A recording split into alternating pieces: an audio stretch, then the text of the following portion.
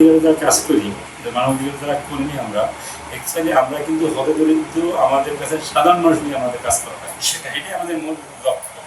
এবং আমরা কিন্তু যারা বিত্তবান বড় যারা উচ্চমান তারা কিন্তু আমাদের কাছে আসে, আমাদের যারা অধিকার বঞ্চিত এবং হতদরিদ্র অসহায় নির্যাতিত অবহেলিত এই লোকগুলোই আমাদের পাশে, তাদের নিয়ে আমাদের কাজ করা তাদের জন্য সুবিধা হলো এটা মানে এই ধরনের খোঁজখবর বা এই ধরনের সাধারণ যারা আছে তাদের মানে সুখ দুঃখের সাথে তাদের সাথে শেয়ার করা এবং যারা একদম অসহায়। আসসালামু আলাইকুম সুপ্রিয় দর্শক বন্ধুরা, আমি জাকিরুল ইসলাম জ্যাকি, মানবাধিকার কর্মী, ন্যায় দাবিতে প্রতিবাদী।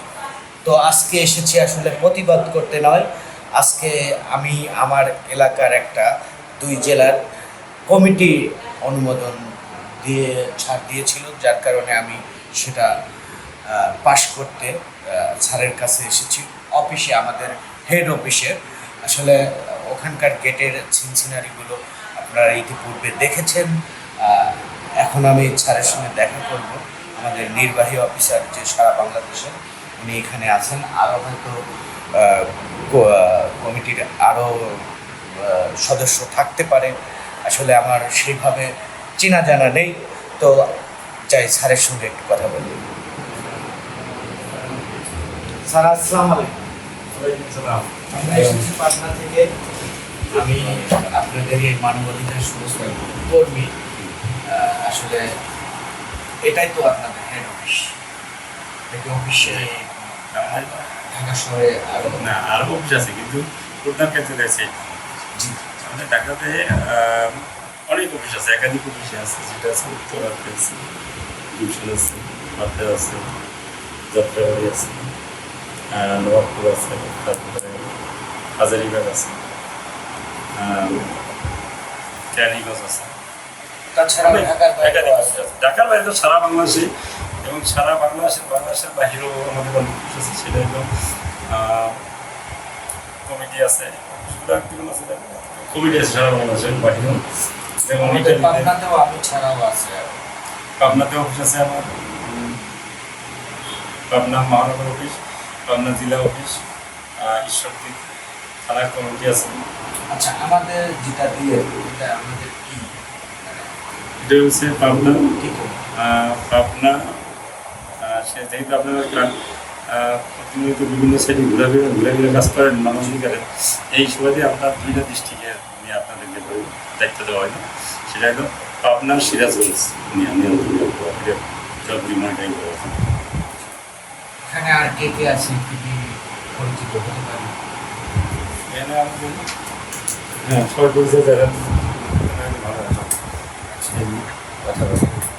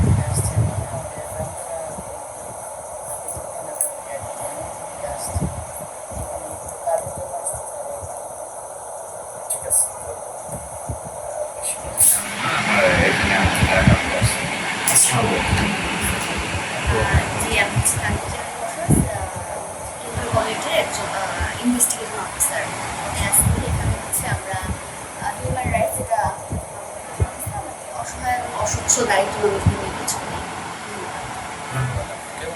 আসলে সব কিছু মিলে ভালো লাগলো, আমি এখানে আসতে পারছি, আমার স্যারের সঙ্গে পারলাম।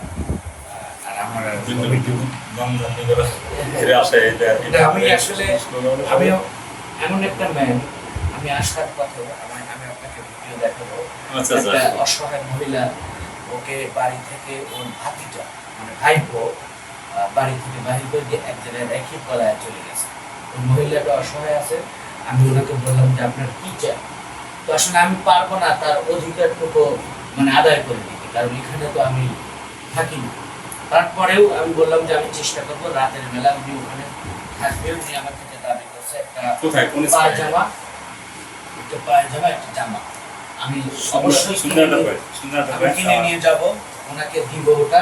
উনি যদি ওখানে না উপস্থিত থাকে যেহেতু একটু মেন্টালিটি প্রবলেম, মানে বুড়ি হয়ে গেছে, আসলে মেন্টালিটি প্রবলেম নেই ওনার কাছে, 200 কয়েক টাকা আছে, ওটাও আমাকে দিয়েছে। আর বললো যে আমার কাছে আর কিছু নেই, আমার একটা পোশাক দরকার। বলতেছে যে গোসল দেই, কিন্তু আমার গোসল দেওয়ার করার পোশাক নেই। কে রেখে গেছে আপনাকে? কোন এলাকায়, কোন এলাকা? এই যে কোন জায়গায়? বিরুলিয়া। বিরুলিয়া।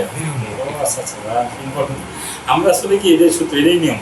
প্রতিনিয়ত আমরা যে মানবাধিকার যারা কাজ করি, যে মানবাধিকার যারা কর্মী আমরা, অ্যাকচুয়ালি আমরা কিন্তু হতে দরিদ্র আমাদের কাছে সাধারণ মানুষ নিয়ে আমাদের কাজ করা হয়, সেটা এটাই আমাদের মূল লক্ষ্য। এবং আমরা কিন্তু যারা বিত্তবান বড় যারা উচ্চ মানে তারা কিন্তু আমাদের কাছে আসে। আমাদের যারা অধিকার বঞ্চিত এবং হত দরিদ্র, অসহায়, নির্যাতিত, অবহেলিত, এই লোকগুলোই আমাদের পাশে, তাদের নিয়ে আমাদের কাজ করা প্রতিনিয়ত। সেটা হলো এটা মানে এই ধরনের খোঁজখবর বা এই ধরনের সাধারণ যারা আছে তাদের মানে সুখ দুঃখের সাথে তাদের সাথে শেয়ার করা, এবং যারা একদম অসহায় মানে একদিনে অন্য সমস্যা এক দিন আনে দিন খায়, যারা তাদের নিয়ে তাদের ভালো সুখ দুঃখের তাদের ন্যায্য অধিকার আদায় তাদের মত পাচ্ছে করা, না। এটাই আমাদের এক্সেলে মেইন আমাদের ঠিক আছে। তো আর আমি কিন্তু এর সঙ্গে যুক্ত হওয়া, আমি এর সম্বন্ধে কোনো ধারণাই ছিল না। আমি ইউটিউবিং করতাম, মানে এরকম ভিডিও প্রচারের কারণে কিছু আপনার সদস্য আছে, কমিটি আছে, ওনারা আমাকে কিন্তু মানে ইচ্ছাকৃতভাবে সদস্য বানায়। ওনাকে অসংখ্য ধন্যবাদ। তাদের যারা সদস্য বানান তাদের জন্য শুভকামনা রইল। কারণ আমরা প্রতিনিয়ত এটা যেটা মানে ইয়েটা আমরা মাদক নিয়ে কাজ করি, আমি মাদক, তারপর ভোক্তা অধিকার ভেজাল নিয়ে, এটা নিয়ে আমরা দীর্ঘদিন যাবত এই কাজ করতাম। কিন্তু অনেকে আমাদের সমাজে অনেকে এখন মোটামুটি পর্যায়ে আমরা স্বচ্ছতা, অনেকে মানবাধিকার ব্যাপারে জানি, মাদক, তারপর ভয় ভোক্তা কনজুমার রাইটস, যেটা ভোক্তা অধিকারের যে কিছু, এটা ভেজাল। আমরা প্রতিনিয়ত প্রতিটা পদে পদে আমরা ভেজাল পাই, সেটা মানুষের ভিতর, হওয়ার ভিতর, সব ক্ষেত্রেই মানে ভেজাল। তাই এই ভেজাল, এই জন্য আমরা এটা একটা প্রশিক্ষণ আছে, এই প্রশিক্ষণ দেওয়ার দরকার আছে। অভিজ্ঞ সবাই জানা উচিত, এটি বোঝা উচিত। কিন্তু কারণ এই ভেজালের এটা প্রতিরোধ করা উচিত আমাদের। এই যে মাদকটাও মানে তাদেরও এক সমপরিমাণ, এটা যেটা ভেজালের মতনই একটা অংশ। মাদকে মানুষকে একদম নিঃস্ব করে দেওয়া। এই মাদক নিয়ে আমরা একবার আমাদের একটা ছোটটা করে আমাদের মানবাধিকারের, এটা হইলো কক্সবাজারের ওই এরিয়ার ভিতরে এক লোক মাদকে আমরা ইনফরমেশন করেছি মতো, আমরা মাদকে তখন ওই আমরা প্রশাসনের বললাম যে এই ঘটনা প্রশাসনের সহযোগিতা নিয়ে ওই মাদক ওই রাস্তাটা পেয়ে যাবো, চেকপোস্ট রাস্তা মাদক আর পাওয়া যায় না ওই লোকটাকে। আমাদের এক মানবাধিকারের এক প্রতিনিধি, সে আমাকে আশ্বস্ত করে সারা 100% ও মাদক ওর কাছে আসছে, আমি শিওর অবশ্য। তাহলে কী বল, পুলিশ প্রশাসন সবাই খুঁজে কিছু পাইতে পুরো বডি চার্জ করে পরে করে স্যার মানে নিয়ে দিয়ে আমি আমার বাসায় নিয়ে আসবো। দেন বাসায় নিয়ে দেখেন 2 দিন পর সে মানে খাওয়ার সাথে সেই মাদক খেয়ে তারপর এটা পরবর্তী দিয়ে কত ধরনের মানুষ নিঃস্ব হইলে মাদকটা খেয়ে তারপর এটা পায়খানা রাস্তা দিয়ে তারপর এটা আমরা দেখছি। আর একটা ঘটনা দিচ্ছি আমরা ওই নদ নদীতে, যেটা সেই জায়গায় মাদক যখন প্রথম আসতো মাদকে, এই মাদকটা মানে অনেক সময় প্রশাসন চার্জ করে অনেক খুঁজে কিছুই পাইত, মানে একটা নৌকা দিয়ে আসতো নদী মারে নৌকা দিয়ে মাদকটা নয়। কিন্তু এই নৌকার মাঝখানে আমরা একটা এটাও পাইছি, আমি এটা ছিলাম, একটা নৌকা আছে, নৌকার মাঝখানে মাঝখানের ভিতর দিয়ে একটা গর্ত করে এনে কাটে দিয়ে একটা রশি দিয়ে একটা মানে একটা পানি মানে প্লাস্টিক দিয়ে বাইনা মাদকটা পানির নিচে ভালো থাকে আর কাঠ দিয়ে ঢাকে রাখে ওইটা নিচে, যাতে পুরা নৌকা চাষ করে এখন মাদক পাওয়া যায় না। তাই আর এখন তো আমার মানুষ করতেছে, যেমন এই একটা মানুষকে বুঝতে পারে না যারা মাদক নিয়ন্ত্রণ মাদক নিয়ে যারা ওইটা বহন করে যারা, তাদেরকে বোঝার মতো বোঝার সুবিধা নেই। হয়তো সে কিন্তু খবর মানে 10 শাড়ি করা সুন্দরভাবে যাইতেছে, মানে পরিপাটি তার ব্যাগের মধ্যে মাদক দেয়, তার শরীরের সাথে মাদক, এমন জায়গায় মাদক আছে এটা মানে সাধারণ মানুষের ধরার মতো। এই মাদক থেকে আমাদের আসলে পরিত্রাণ পাওয়া উচিত এবং সবাই স্বচ্ছতা হওয়া উচিত। প্রতিটা ঘরে ঘরে যার যাদের জায়গা আছে যার প্রতিটা ঘরে সে শাসন করে দেব, এবং যার পাড়া মহল্লায় এটা জেহার জায়গা থেকে যদি প্রতিরোধ করে দেবে তখন আমরা মাদক থেকে আমরা আসলে এটা যদি প্রতিরোধ না করা যায়, আজকে আমি মাদকে আসক্ত, আর আরেকজন ভাবতেছে যে ও নষ্ট হচ্ছে হোক, কিন্তু কালকে যে আমার মাধ্যমে আমার ভাই নষ্ট হবে, আমার আরেকজনের ছেলে নষ্ট হবে, এটা প্রতিনিয়ত হচ্ছে এইভাবেই হচ্ছে কিন্তু এই কাজে মানে আমি ঘটবে। আমার বাসা আগে দেখতে হবে, আমার বাসাটা চেক করতে হবে, বাসার পরে আমার বাড়িটা নিয়ন্ত্রণে আমি আস্তে আস্তে স্টেপ বাই স্টেপ তারপরে অটোমেটিক হয়। আমরা যেমন ওই যে পরিষ্কার রাস্তা পরিষ্কারের ব্যাপারে আমি বিল্ডিং ক্লিনিকের ব্যাপার করতাম, আমি উদ্যোগ যেটা পরিষ্কার হয়। কিন্তু আমাদের আলাদা বাসায় আমি আমাদের দেশের মানুষ স্বচ্ছতা আসবো, কিন্তু হয়তো আমরা থাকবো না সেই দিন হয়তো স্বচ্ছতার মাঝখানে মানুষকে চেষ্টা করি আমরা সচেতন। যেমন একটা রাস্তায় আমরা বাহিরে কোনো দেশে একটু কাগজ ফেলাইতে আমরা ভয় করি, কিন্তু বাংলাদেশে আমরা ঠিকই ফেলাই দিই, হট করে এতে ফেলাই দিই, ছিঁড়ে ফেলাই দিই। কিন্তু একবার আমি বাহিরে একটা দেশে আমি বাসের টিকিট আছে, টিকিট ফেলাই আমি জরিমানা দিচ্ছি, টাকা জরিমানা দিচ্ছি, বাসের টিকিট ফেলাইছি মাত্র হঠাৎ করে police you have any document, passport IC, পাসপোর্টটা আইসি তো না, আমি পাসপোর্ট আমি ফরেনার বাংলাদেশে আমার বরং বাংলাদেশে আসছি এমনি করতে, পরে কেউ এই করে না তোমার তো এই করে পাসপোর্ট, আমি কেন অনেক আমার স্যার পুলিশ অফিসার আছে না, এই ঘটনা আমি তো এই দেশে তোর দেশে কালচার কিছু জানি না, এই ঘটনা আমি নতুন আসছি তো বেড়াইতে আসছি, তারপর আমার $30 জরিমানা দিতে হয়েছে। এটা সেটা হচ্ছে ওই বাসের টিকিট ফালাই দিয়েছিলাম, তাই না, বাসের তো নামে একটা পুলিশ এটা দেখে যাবে।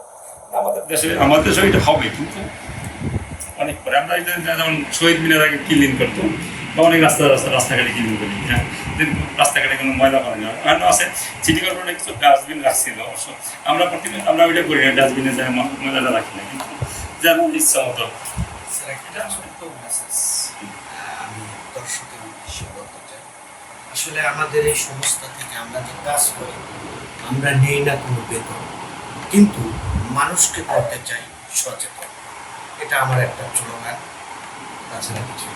হ্যাঁ, ধন্যবাদ। এটা মানে হচ্ছে একটা সত্যি কথা, আমাদের মানবাধিকার আমাদের নিজের ইচ্ছায় আমাদের মানে অর্থাৎ ওই একটা আছে না, নিজের খেয়ে বনের নষ্ট, মানে অর্থাৎ আমরা আমাদের নিজের অর্থায়নে আমরা যেটা আমরা কোনো অর্থায়নের পরের উপর নির্ভরশীল করে আমাদের আছে, কিন্তু আমাদের বিত্তবান আছে, আমাদের যারা আমাদের সাথে সম্পৃক্ত তাদের সবার সহযোগিতায় আমাদের সংস্থা এই পর্যন্ত আসছি, এবং ইনশাল্লাহ মহান রব্বুল আলামিনের কাছে হাজার শুকরিয়া যে আমরা শুধু বাংলাদেশে না, বাংলাদেশের বাহিরে অনেক দেশে আমাদের সদস্য প্রতিনিধি আছে, অনেক কমিটি আছে আমাদের, সেটা ইউরোপ, আমেরিকা, এশিয়ার ভিতর অনেক দেশেই আছে, এবং বাংলাদেশের প্রতিটা জায়গায় আমরা আমাদের এই সংস্থা 2020-এ আমরা জানুয়ারিতে আমরা এটা প্রতিষ্ঠা করি, লাভ করি। কিন্তু তারপরে এই যে অল্প সময়ের ভিতর আমরা সারা বাংলাদেশ সারা পৃথিবীতে আমরা আমাদের সংগঠনের সাথে সম্পৃক্ত আছি এবং সংগঠনে কাজ করছি। ধন্যবাদ। তো সব কিছু জেনে শুনে জানাতে পেরে ভালো লাগলো। আজকের মতো এখানে বিদায় নিচ্ছি, দেখা হবে অন্য কোনো এক ভিডিওতে। সে পর্যন্ত ভালো থাকবেন, সুস্থ থাকবেন, আল্লাহ হাফেজ।